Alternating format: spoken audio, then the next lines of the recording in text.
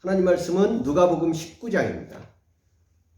우리 계속 누가복음 살피고 있습니다. 누가복음 19장 11절에서 27절까지입니다. 누가복음 19장 11절에서 27절입니다.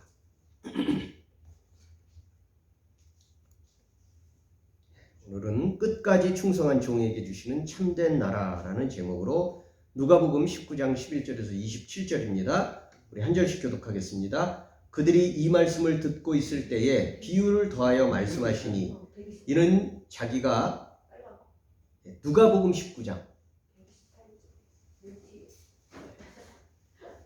128쪽이죠. 누가복음 19장 11절에서 27절. 다시 제가 11절부터 읽겠습니다. 그들이 이 말씀을 듣고 있을 때에 비유를 더하여 말씀하시니 이는 자기가 예루살렘에 가까이 오셨고 그들은 하나님의 나라가 당장에 나타날 줄로 생각함이더라. 이르시되 어떤 귀인이 왕위를 받아가지고 오려고 먼 나라로 갈 때에 그 종 열을 불러 은화 열 문화를 주며 이르되 내가 돌아올 때까지 장사하라 하니라. 그런데 그 백성이 그를 미워하여 사자를 뒤로 보내어 이르되 이는 이 사람이 우리 왕들을 원치 아니하나이다 하더라. 귀인이 왕위를 받아가지고 돌아와서 은화를 준 종들이 각각 어떻게 장사하였는지를 알고자 하여 그들을 부르니 그 첫째와 나와 이르되 주인이여 당신의 할 문화를 너를 섬겨나이다. 주인이 이르되 잘하였다 착한 종이여 내가 지극히 작은 것에 충성하였으니 10골 권세를 차지하라 하고 그 둘째가 와서 이르되 주인이여 당신의 한 문화로 5문화를 만들었나이다. 주인이 그에게도 이르되 너도 5골을 차지하라 하고 또 한 사람이 이르되 주인이여 당신의 한 문화가 여기 있나이다. 내가 수건으로 쌓아두었나이다. 이는 당신이 엄한 사람인 것을 내가 무서워함이라. 당신은 두지 않은 것을 취하고 심지 않은 것을 거두나이다. 주인이 이르되 악한 사람아 내가 내 말로 너를 심판하노니 너는 내가 두지 않은 것을 취하고 심지 않은 것을 거두는 엄한 사람인 줄 알았느냐. 그러면 어찌하여 내 돈을 은에게 맡기지 아니하였느냐. 그리하였으면 내가 와서 그 이자와 함께 그 돈을 찾았으리라 하고 곁에 섰는 자에게 그 한 문화를 쌓아 있는 자에게 주라 하니라. 그들이 이르되 주여 그에게 이미 10문화가 있나이다. 주인이 이르되 내가 너에게 말하노니 무릇 있는 자는 받겠고 없는 자는 그것도 빼앗기리라. 27절 같이 읽습니다. 그리고 내가 왕됨을 원하지 아니하던 원수들을 이리로 끌어다가 내 앞에서 죽이라 하였느니라. 아멘. 우리 이렇게 매주마다 이렇게 뵐 수 있는 분들을 계속 익숙하게 볼 수 있게 돼서 그것도 참 좋습니다. 원래 이렇게 병원에서 있다 보면 지금 저희가 작년 12월부터 이렇게 예배 설교를 하게 되는데 많은 분들이 오셨다가 또 이제 대구로 돌아가시고 또 이런저런 가정 가운데서 이렇게 뵙지 못하는 분들이 있는데 그래도 이렇게 한 3주 이상 이렇게 계속 볼 수 있게 되고 또 말씀을 이어서 계속 나눌 수 있게 된 게 또 하나님 은혜 가운데 풍성하게 느껴집니다. 우리는 지난주에 이어서 계속 누가복음 19장을 살펴보고 있습니다. 기억하십니까? 지금 예수님과 그 예수님의 일행이 지금 여행 중입니다. 갈릴리라고 하는 저 북쪽에서부터 이스라엘의 수도인 예루살렘을 향해서 이렇게 계속 여행하는 중에 우리 지난주에는 여리고라고 하는 곳에서 일어났던 사건들을 우리가 살펴봤습니다. 한 맹인이 예수님을 다윗의 자손이여 불쌍히 여기소서 하면서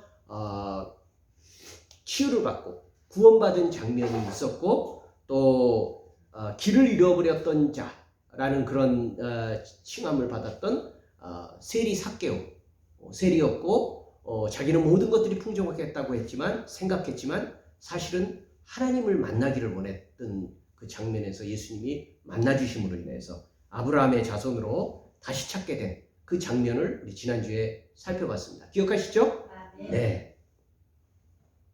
여러분, 이런 일들을 우리가 회고하는 것만으로도 우리도 참 하나님이 함께 하시는 은혜를 경험하게 되지만, 이 일들을 직접 목격했던 사람들 누가 있을까요? 제자들은 예수님과 늘 3년의 시간들을 계속 함께 했기 때문에 그 광경을 목격했고, 또 예수님을 따르는 사람들이 또 그 외에도 굉장히 많았거든요. 그 사람들이 예수님이 이렇게 여리고에서 일으키시는 일들, 이걸 보면서 더할 나위 없는 기대에 부풀었습니다. 그건 뭘까요? 무슨 기대일까요? 바로 죄로 인해서 망하고 버림받았던 이스라엘의 왕이신 예수님, 메시아께서 다시 오심으로 인해서 우리 이스라엘이 다시 재건될 것이다. 우리 이스라엘이 다시 회복될 것이다. 살아날 것이다. 라고 하는 그 기대였습니다. 그것은 전혀 틀린 기대는 아닙니다. 틀린 말이 아닙니다. 그러나 반드시 교정이 필요했습니다. 여러분, 교정이라는 게 뭔지 아시죠? 완전히 없애는 게 아니라 기본적인 틀은 유지하되 변화가 필요하다는 거예요. 이 제자들과 예수님을 따르던 사람들이 예수님을 통해서 메시아를 만나고 하나님 나라를 소망했던 그 기본적인 틀은 맞습니다. 그러나 자기들의 희망사항, 자신들의 개인적 생각들이 너무 많이 붙어 있어서 교정이 반드시 필요했습니다. 뭐 어떤 교정들이 필요할까요? 하나님 나라에 대한 교정입니다. 천국에 대한 교정입니다. 구원에 대한 교정입니다. 우리에게 가장 중요한 거잖아요. 근데 우리는요, 교정이 필요해요. 왜요? 우리의 개인적인 희망사항이 성경에서 하나님께서 말씀하시는 것을 압도하기 때문입니다. 예수님은 이렇게 말씀하십니다. 너희가 하나님 나라를 바라보고 기대하는 것은 옳지만 그것은 하루아침에 덜컥하고 세워지는 것이 아니다. 그에 앞서서 메시아가 먼저 고난과 죽음, 큰 진통을 겪게 될 것을 너희는 각오해야 된다. 아이, 참 얘기가 잘 나가다가 좀 답답해지죠. 그냥 좋으면 끝까지 다 좋으면 좋을 텐데, 그리고 그것이 즉각적으로 일어나면 좋을 텐데, 예수님은 그에 앞서 진통이 있을 것을 예고하십니다. 그러나 그러한 주님의 경고와 교훈은 제자들이 귀에 잘 들어가지 않았습니다. 왜 그럴까요? 아까 말씀드렸듯이 다른 꿈을 꾸고 있었기 때문입니다. 우리말에 동상이몽이라는 말이 있잖아요. 사람이 똑같은 침상에서 똑같이 잠을 잔다고 해서, 부부가 같이 잠을 잔다고 해서 꿈까지 같이 꾸는 건 아니에요. 그죠? 각각 다른 꿈을 꾸게. 똑같은 이부자리에 똑같은 침대 위에서 똑같이 잠을 잔다 할지라도 꿈은 제각각이죠. 마찬가지로 예수님과 함께 3년 동안 함께 따라왔던 제자들과 주님을 따르는 백성들도 하나님 나라를 말하고 하나님의 구원을 말하고 하나님의 은혜를 말하고 똑같은 단어를 쓰지만 다른 꿈을 꾸고 있는 거예요. 그래서 우리 주님은 하나님 나라에 대한 또 다른 비유 하나를 더 준비하셨다라고 말씀하고 있는 겁니다. 우리 방금 읽었잖아요. 11절에 보니까 그들이 이 말씀을 듣고 있을 때 비유를 하나 더하여 말씀하시니, 왜 그러냐 하면 이는 자기가 예루살렘에 가까이 오셨고 그들은 생각하기를 하나님 나라가 당장에 순탄하게 평탄하게 나타날 줄로 생각하였기 때문이다. 착각을 하고 있다는 거예요. 그래서 오늘 비유를 예수님이 들려주셨습니다. 그러면 여러분, 우리는 착각을 안 하고 있을까요? 우리도 착각을 할 수 있는 거죠. 그래서 우리가 주님께서 들려주신 이 비유를 정신 바짝 차려서 함께 묵상하고 또 그 말씀 앞에서 우리가 마음의 무릎을 꿇을 수 있기를 기대합니다. 자, 이야기는 이렇습니다. 오늘 이야기는 사실 지금까지 우리 예수님의 살펴봤던 많은 비유보다 좀 어렵습니다. 어떤 왕족이 있습니다. 여긴 뭐라고 하죠? 귀인이라고 나오지만 왕족이라고 이해하시는 게 더 좋을 것 같아요. 뭐 같은 왕족이라고 다 왕이 되는 게 아니잖아요. 그죠? 어떤 왕족이 있었어요. 근데 그 왕족이 왕위를 받으려고 먼 나라로 떠났다라고 말합니다. 왕족이 왜 왕위를 받기 위해서 먼 나라로 떠나지? 우린 잘 이해 안 되죠?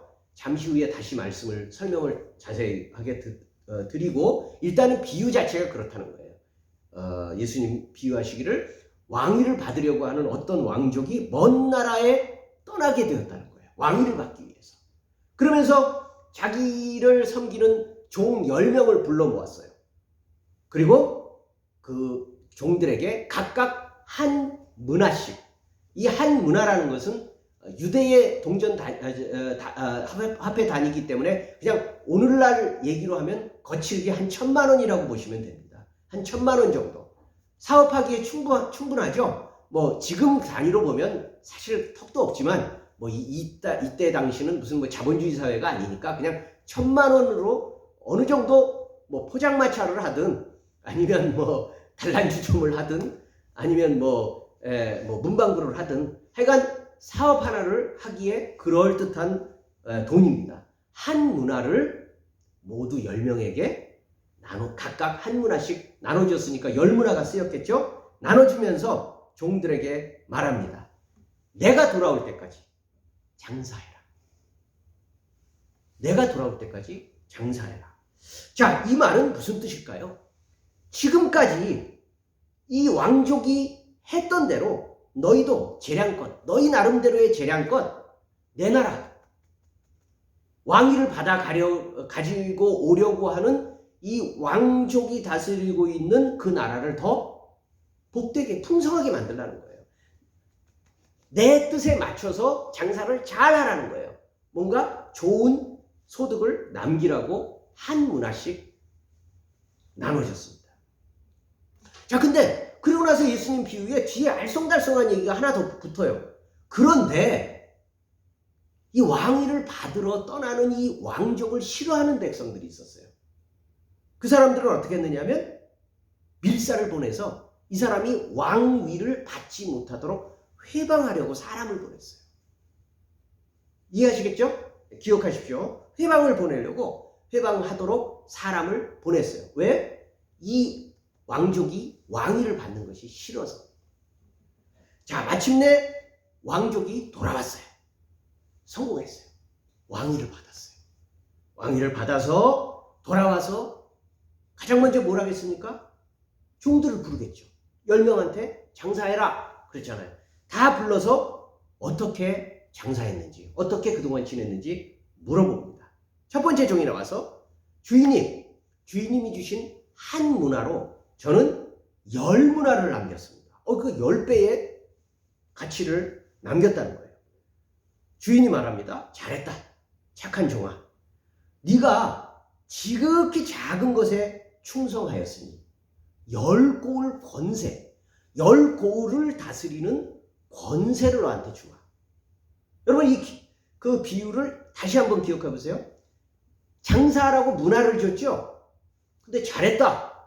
제가 한 문화를 가지고 10문화를 남겼습니다. 그랬더니 칭찬하면서 뭘 줬다고요?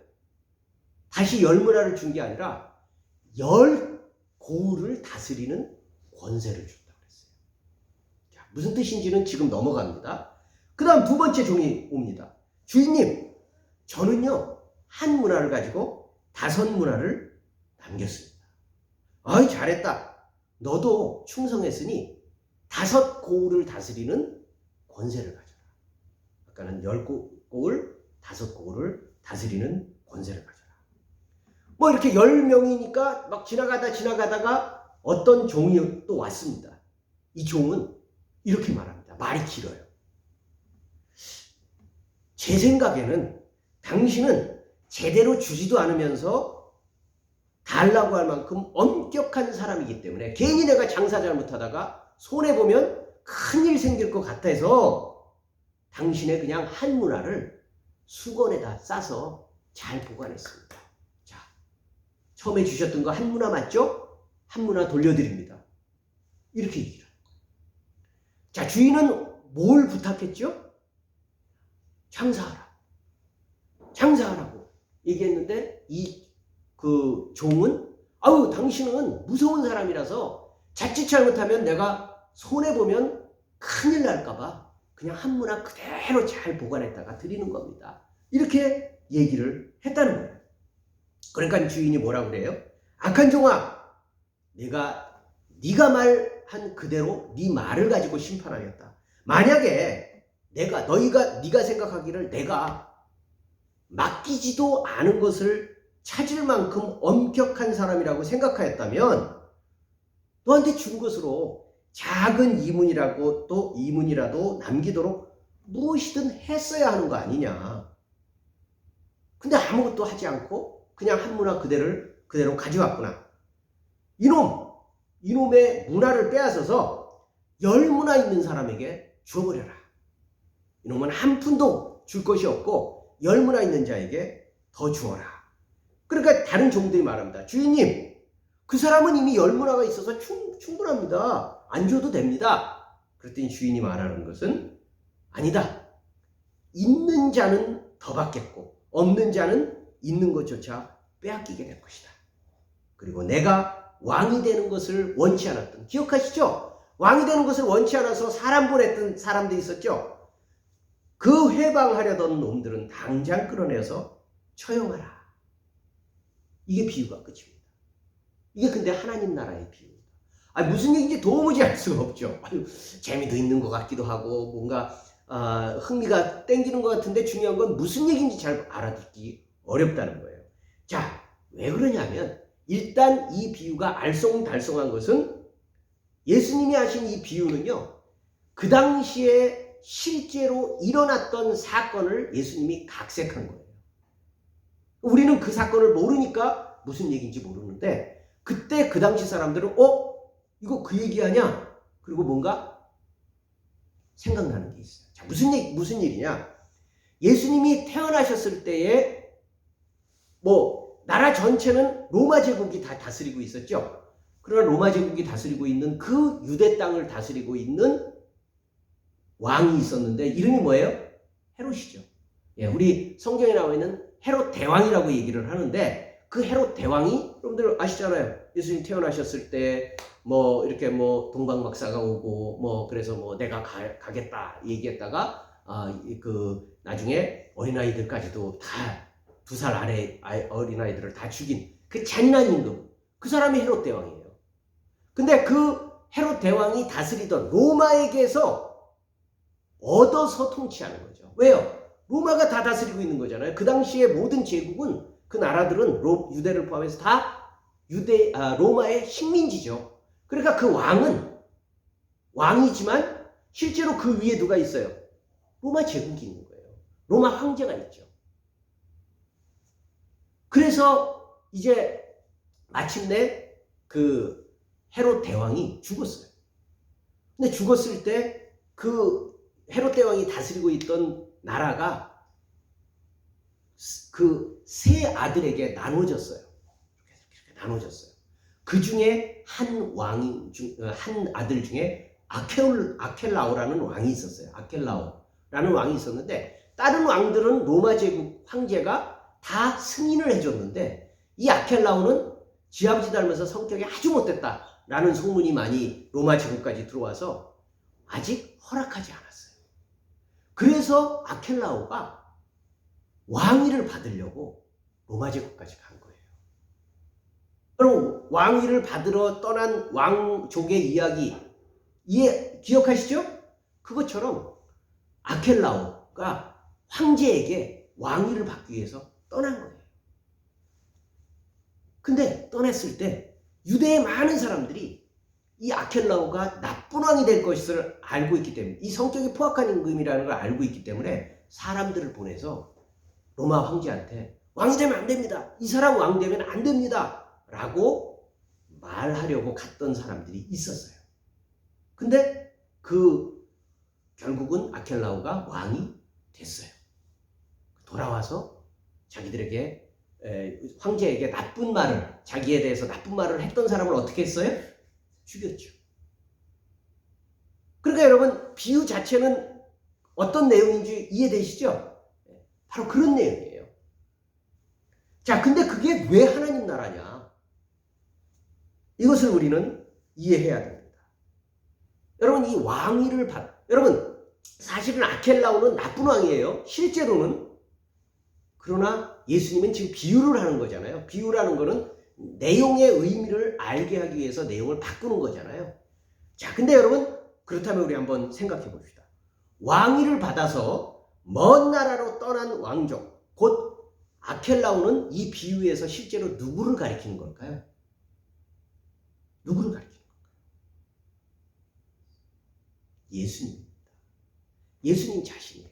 내가 왕위를 받으러 떠나는 왕족이다. 돌아올 때까지 장사 잘해라. 그러면서 떠나는 왕이에요. 자, 원래 제자들은요, 예루살렘에만 입성하면, 왜? 여러 가지 부분에 있어서 예수님은 왕이 될 만하기에 충분해요. 왜요? 다윗의 자손이지요. 능력과 권위를 행사하시죠. 많은 사람들을 고쳤지요. 하나님의 말씀을 지혜롭게 들려주셨지요. 인기는 하늘을 찌를 듯하지요. 모든 사람들이 예수님을 왕 삼으려고 하고 있는 중이에요. 그러니까 이제 다윗의 수도인 예루살렘에만 들어가면 곧 진짜 임금이 될 것이다 라고 제자들은 기대하고 있어요. 그 예수님이 왕이 돼서 뭘 하시겠어요? 당연히 예수님은 훌륭한 임금이시니까 로마 제국과 헤롯을 몰아내고 정의로운 왕이 되어서 온 세상을 사랑과 하나님의 정의로 다스리실 것이다. 믿는 거죠. 얼마나 좋은 기대예요. 좋은 거잖아요. 나쁜 거 아니잖아요. 그런데 어떻게 됐어요? 현재는 나타나지 않지만 잠시 후에 예수님은 예루살렘 성에 들어가서 결국 일주일 만에 어떻게 돼요?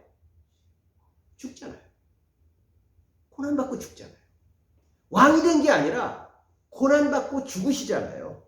물론 부활하셨습니다. 사흘 만에 부활하셨지만 그리고 나서 진짜 왕이 되신 게 아니라 언제 돌아올지 모르는 길을 떠나셨잖아요. 예수님은 더 이상 육신으로 우리와 함께 계시지 않잖아요. 떠나셨어요. 왕이 받으러 떠나셨어요. 그러면서 주님은 약속하십니다. 내가 반드시 다시 돌아온다. 하나님 나라의 진짜 왕권을 받아서 다시 돌아올 때까지 너희 믿는 그리스도인들은, 너희 제자들은 이 땅에서 너희들의 온 힘을 다해서 하나님 나라를 위해서, 하나님 나라의 가치가, 하나님 나라의 정의가, 하나님 나라의 사랑이, 하나님 나라의 평강이, 하나님 나라의 용서가 드러날 수 있도록 열심히 장사해야 된다. 그러니까 그 열심히 충성하는 것을 예수님은 장사로 비유하신 거예요. 장사해서 뭔가 이문을 남기는 거죠. 그만큼 수고하라는 거예요. 그래서 우리에게 다 마찬가지로 예수님은 한 문화씩 주신 거예요. 그러나 여러분, 말이 쉽지 주님의 재림과 최후의 승리를 안 믿는 분 계세요? 하나님의 약속 안 믿는 분 있어요? 하나님이 다시 오실 것이다. 우리는 구원받았고 그 구원은 완성될 것이다. 하나님의 나라는 이 땅에서도 완성될 것이다. 안 믿는 분 있으세요? 믿죠? 그러나 믿지만 그럼에도 불구하고 지금 우리가 이 세상에서 하나님의 말씀대로 제대로 지키면서 살아가는 것은 말할 수 없이 피곤한 일입니다. 힘들잖아요. 여러분, 말씀대로 사는 게 쉬워요? 어렵죠? 예. 내가 예수님만 고백하면 다 쉬울 줄로 생각해요. 하나님이 도와주시니까, 성령이 함께 하시기 때문에. 말이 쉽지 혼자 덜렁 남겨진 것 같을 때가 있잖아요.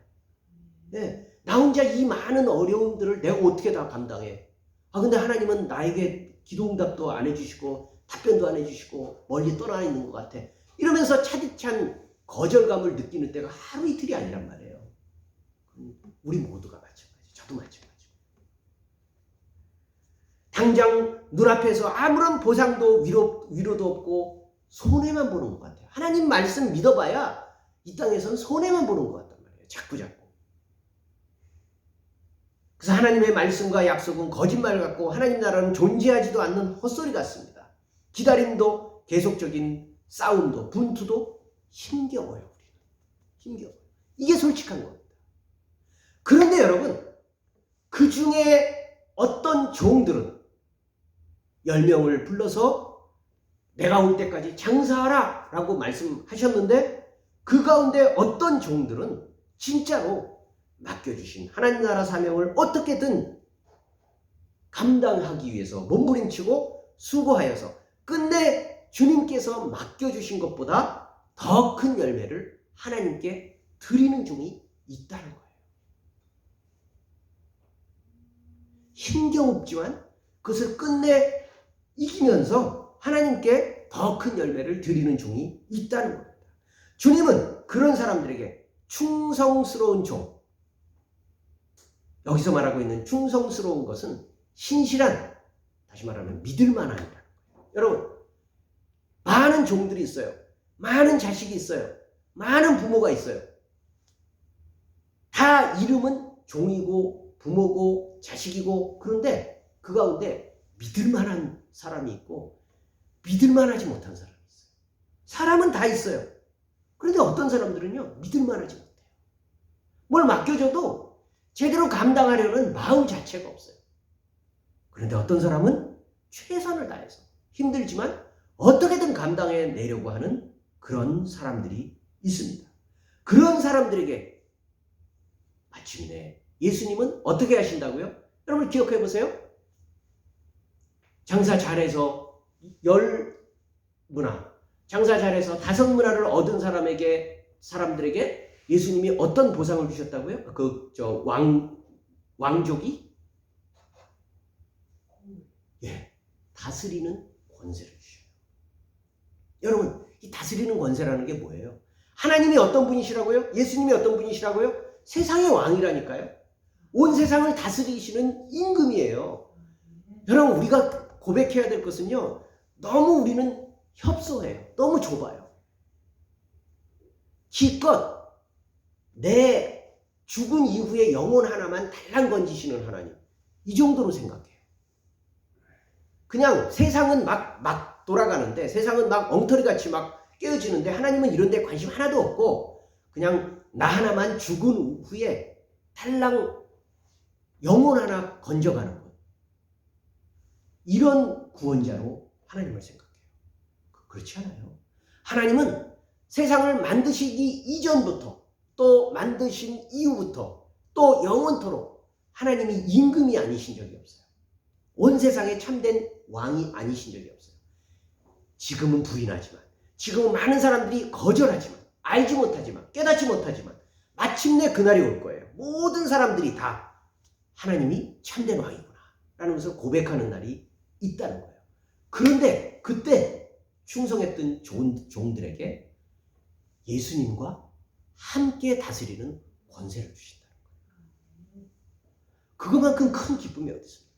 그래서 또 다른 비유에서는 우리를 뭐라고 불러요? 상속자라고 부르잖아요. 상속자. 부모가 엄청난 대재벌이에요. 삼성보다 수십 배의 더 재벌이에요.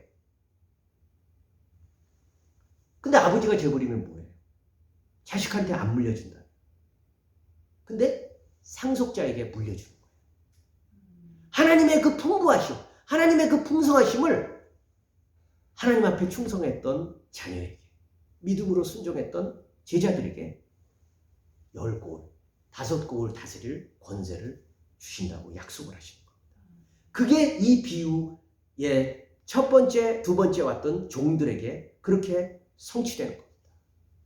그런데 여러분, 이 비유에는 또 다른 부류의 사람들이 등장해요. 자, 어떤 사람이냐면 이 사람들은요, 명목상으로는요, 지금 살펴봤던 충성된 종처럼 제자들이라고 불려요. 그리스도인이라고 불려요. 성도라고 불려요. 똑같은 이름입니다. 예수 믿는 신앙인이라고 그렇게 불려요. 명목상으로. 그들은 때로는 오랜 신앙 경력을 또 직분을 자랑합니다. 아, 나는 장로야. 나는 목사야. 나는 권사야.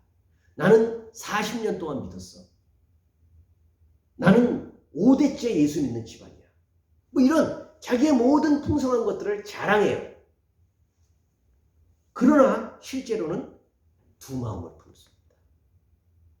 여러분, 두 마음이 뭔지 아시죠? 달라진 마음. 내 마음속에 어떤 것들이 있을 때 하나의 마음이 아니라 저울질하는 거예요. 두 가지가 함께 떠올라요. 아, 이랬으면 어떨까? 아니야, 이러다가 이렇게 되면 안 돼. 그러니까 이것도 가능하지 않을까? 이렇게 왔다 갔다 하는 두 가지 마음이 있는 거예요. 약속으로 주신 말씀과 그 성취는 당장 너무 멀게 느껴지는 거죠. 상황은 언제나 힘겹습니다. 그래서 어느새 말씀이고 원칙이고 상관없이 자기 이속이나 차리면서 욕심껏 살아갑니다. 그리고 하나님을 주님으로 믿는다고 하면서 어느샌가 마음에 아이고 한 번뿐인 인생인데 내가 손해보면서 살면 되나? 아니 나도 한번 번듯이 살아봐야지. 내가 하나님 믿는다고 충성한다고 누가 알아줘? 라고 하면서 또 다른 마음의 유혹에 자꾸 마음이 옮겨가고 있어요. 무엇보다도 이런 사람들은 하나님에 대한 상이 달라요.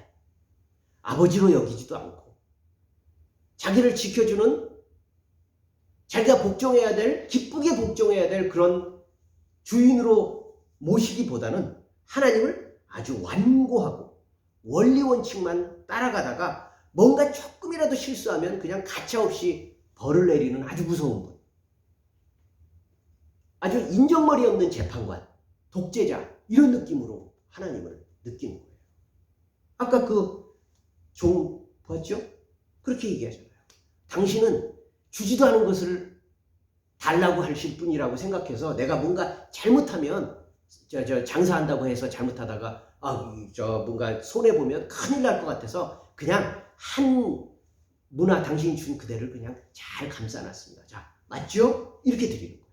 그냥 하나님을 믿고 따르고 의지하고 한다는 그 생각은 없고 그냥 면피나 하자. 욕이나 먹지 말자. 야단이나 맞지 말자. 뭔가 실수나 하지 말자. 이런 마음으로 소극적으로 하나님을 대하는 거예요. 그러다가 어떻게 돼요? 이렇게 양다리를 걸치는 사람들은 상황이 조금만 어려워지면 그냥 도망가죠. 그냥 도망갑니다. 내가 언제 하나님 믿었어? 내가 언제 하나님 의지했어? 하나님이 나한테 해준 게 뭐야? 그러면서 하나님에 대한 충성도 사랑도 없이 그저 자기에게 돌아올 손해나 겨우 피해보려는 마음으로 이중적 신앙생활을 하게 되는 겁니다. 그래서 한 문화를 수건에 싸두고 눈치나 살피다가 책망받은 종처럼 결국은 하나님께로부터 사랑으로 위임받은 아름다운 섬김의 권세마저 다 빼앗기게 됩니다. 그러나 여러분, 이제 우리는 한 사람들을 더 살펴봐야 됩니다. 한 부류들을. 무엇보다도 여기서 정말 주의해야 될 게 하나 있습니다. 여러분들 비유를 다시 한번 기억해 보세요. 충성스러운 종. 그 다음에 그냥 수건에다 싸두면서 시간이나 보냈던 종. 또 어떤 사람들이 있었죠? 어떤 사람들이 있었어요? 왕족의 왕됨을 원치 않아서 방해하려고 했던 사람이 있었죠. 그런데 여기서 지금 왕족은 누구라고요? 예수님. 자, 여러분, 주님의 왕됨을 원치 않는 사람들이 있어요. 이 세상은요, 예수님이 왕되어서 통치하는 것을 싫어하는 사람들이 있어요. 실제로 그것을 방해하는 사람들이 있어요. 어떻게든 막아서려고 하는 그런 사람들이 있습니다. 우리도 주님의 왕됨을 방해하고 하나님의 나라를 어떻게든 저지하려는 실제적인 죄와 악의 세력과 우리 자신도 항상 맞서 싸우게 되어 있습니다. 충성된 종이 결코 쉬운 일은 아니에요. 왜요? 우리를 방해하는 사람들이 있어요. 우리를 방해하는 세력들이 있어요. 무엇보다도 명심해야 될 것은 그것은 단순한 눈앞에 어떤 사람들이 아닙니다. 물론 우리를 저지하면서 예수를 비난하고 하나님 믿는 것을 방해하고 다른 종교를 믿고 또 어때요? 이단, 사이비 온갖 이렇게 하나님의 말씀을 대적하는 실제로 그런 사람들이 있죠. 그런데 그 사람들 배후에 그들을 움직이고 있는 실체가 있는 거예요. 바로 사단 말이죠. 그래서 우리는요, 이 땅에서 실제로 사람과 사람이 싸우는 게 아니라 세력과 세력이 싸우는 거예요. 하나님 편과 사단의 졸개들이 싸우는 거예요. 그러니까 우리가 지금 충성된 종으로 산다는 것은 단순히 내가 혼자서 하나님의 좋은 마음을 갖고 최선을 다해서 죄 안 짓고 잘 사는 성실한 그리스도인으로 살아야지 그 차원에서 끝나는 게 아니라 우리는 지금 하나님 편에서 싸움을 하고 있는 거예요. 때문에 온 세상과 우주의 실상은 단지 물리력의 대결이 아니라 하나님과 사람, 사탄 사이에 벌어지는 영적인 권세의 전쟁터입니다. 여러분, 우리는 날마다 참 뉴스를 보면요, 최소한 정치가 피곤해요. 그렇죠. 뭐 똑같은 일 갖고도 이쪽에서 저쪽에서 맨날 싸움을 갖고, 이거는 이 사람들은 이렇게 보고 저 사람들은 저렇게 보고, 그래서 늘 상대방을 비난하죠. 그렇지 않아요? 근데 이게 국제정치도 그래요. 국제정치도 똑같아서 어떤 나라, 어떤 민족, 어떤 이념으로 딱 깔려져 있는 그러한 나라들 사이에 계속 국제적인 분쟁이 일어나고 있잖아요. 그죠? 그래서 편싸움들이 벌어지고 있어요. 우리 인생이 참 피곤해요, 이런 거 보면. 그런데 여러분, 적어도 이 현상이 한 가지는 좋은 교훈을 우리에게 주고 있습니다. 한 가지만큼은 우리가 깨달을 수 있는 좋은 교훈을 받습니다. 뭘까요? 하나님 나라도 이와 비슷하게 세력 싸움이라는 거예요. 세력 싸움이라는 거예요. 우린 지금 달랑 혼자서 하나님 믿으려고, 하나님 잘 믿으려고 아둥바둥 발버둥을 치는 개인이 아니라 하나님의 군사로서, 하나님 편에서 하나님의 지원군을 받아서, 천사들이 보이지 않지만 하나님의 천군 천사들의 도움을 받아서 하나님을 믿지 않으려는, 또는 하나님을 대적하려는, 하나님 왕국을 파괴하려는 그런 악한 권세들과 싸움을 하고 있는 거예요. 우리 혼자가 아니에요, 지금. 그러니까 여러분들이 아프지만, 힘들지만, 힘겹지만 하나님의 말씀대로 살려고 하는 모든 것들은 하나님 나라에서 전부 다 녹화되고 있어요. 다 기록되고 있어요. 전부 다 하나님께서 기뻐하시는 의미로 작용되고 있어요. 저는 우리 차 집사님 뵙고 나서, 우리 차 집사님 참 오신 지 벌써 여러 날 꽤 되셨는데, 이렇게 뵐 때마다 여기 있는 병실에 많은 사람들을, 본인도 힘들고 피곤한데 거기서 멈추지 않고 이런 사람들의 사정을 살피고 저런 사람들의 상황을 알고 저한테도 얘기해주고, 거기 가서 기도해 주셨으면 좋겠어요, 이렇게 얘기하는 거 본인의 분투가 아니에요. 하나님 나라에 전부 기록되는 하나님 나라의 영적인 싸움에서 이 충성스러운 종처럼 한 문화를 가지고 장사하고 있는 거예요. 그래서 우리가 그런 장사를 하고 있다는 사실을 기억하는 것이 얼마나 중요한지 모릅니다. 만약에 그것을 기억하지 못하면요, 우리 상황에 그냥 늘 지배돼서 맨날 지치는 거예요. 나 오늘은 왜 이렇게 아프지? 오늘은 기분이 왜 이렇게 다운되지? 즐겁지가 않지? 내가 지금까지 이렇게 살아왔는데 내 앞으로 인생은 어떻게 되는 거야? 그래서 늘 불안과 근심과 염려와 걱정 속에 매여 살게 됩니다. 그러나 그렇지 않습니다. 하나님이 우리 편이셔요. 하나님이 우리가 하나님 편이죠. 우리가 하나님 편에 서 있으면 하나님은 우리를 지켜주시고 가장 선한 나라에서 다시 유산을 얻도록 이끌어 가십니다. 예수님은 오늘 그 말씀을 통해서 그것을 우리에게 촉구하시는 겁니다.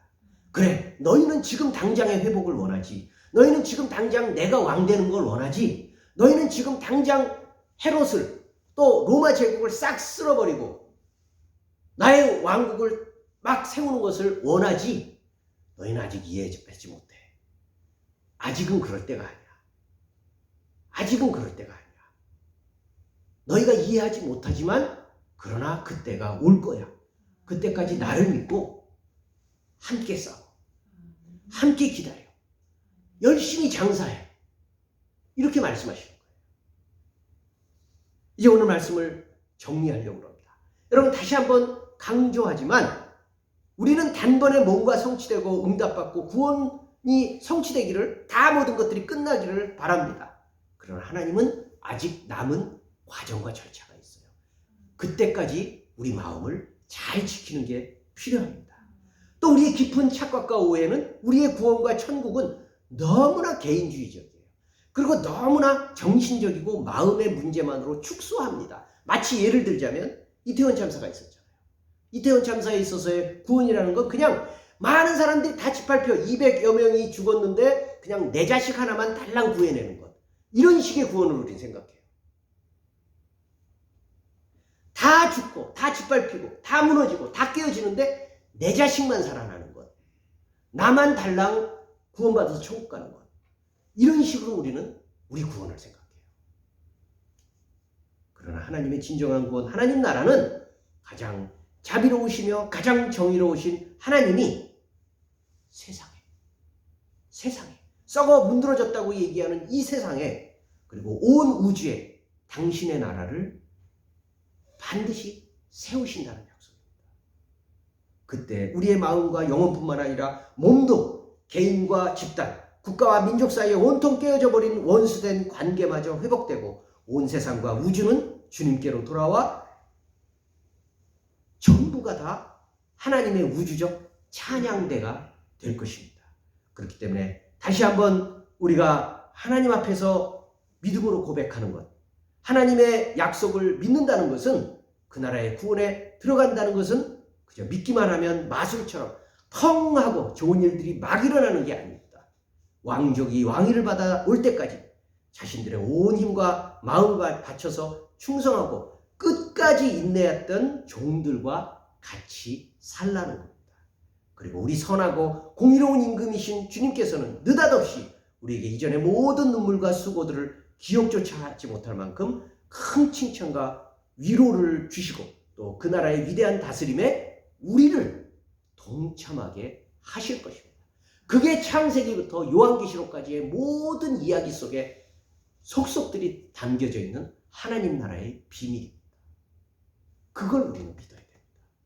그걸 받고 따라가야 오늘 하루하루가 힘겨워도, 때로 고달파도, 때로 아픔이 완전히 사라지지 않아도 보람이 있는 거고, 의미가 있는 거고, 그것을 극복할 만한, 그것보다 더 극복할 수 있을 만한 힘이 우리에게 공급되는 것입니다. 여러분들, 이 말씀을 이번 한 주간 동안도 간직하시면서 우리가 정말 하나님 편에 속해 있다면 우리 편이 옳고 우리 편이 강하고 결국 우리 편이 이긴다는 사실을 확신하시면서 이번 한 주간도 주님의 충성스러운 군사로서, 주님의 제자로서, 종으로서 충성하시는 귀하고 복된 한 주간 되시기를 바랍니다. 기도하겠습니다. 하나님 아버지, 감사합니다.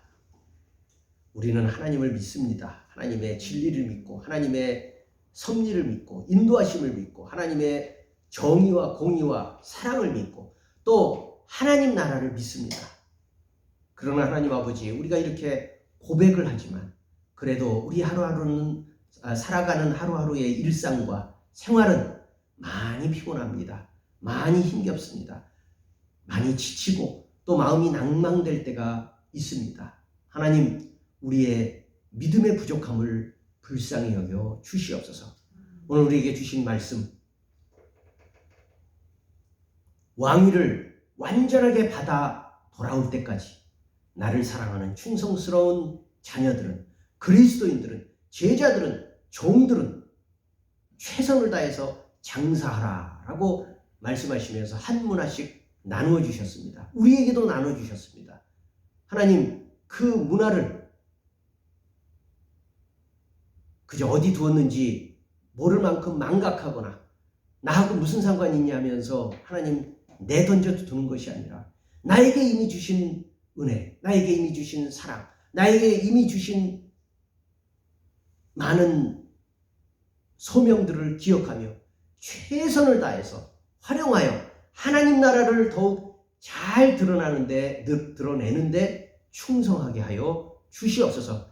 하나님, 그런 충성 가운데 우리의 마음이 무너졌던 우리의 마음이 회복될 수 있게 하여 주시옵소서. 도무지 안 된다, 절망스럽고 모든 것들이 다 끝났다라고 생각했던 그 무너졌던 마음이 하나님의 약속으로 인하여서 다시 한번 회복되며 하나님 나라를 향하여서 뜨겁게 불타오를 수 있도록 인도하여 주시옵소서.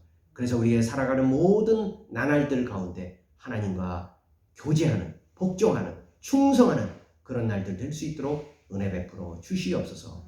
감사를 드리며 예수님의 이름으로 기도하옵나이다. 아멘.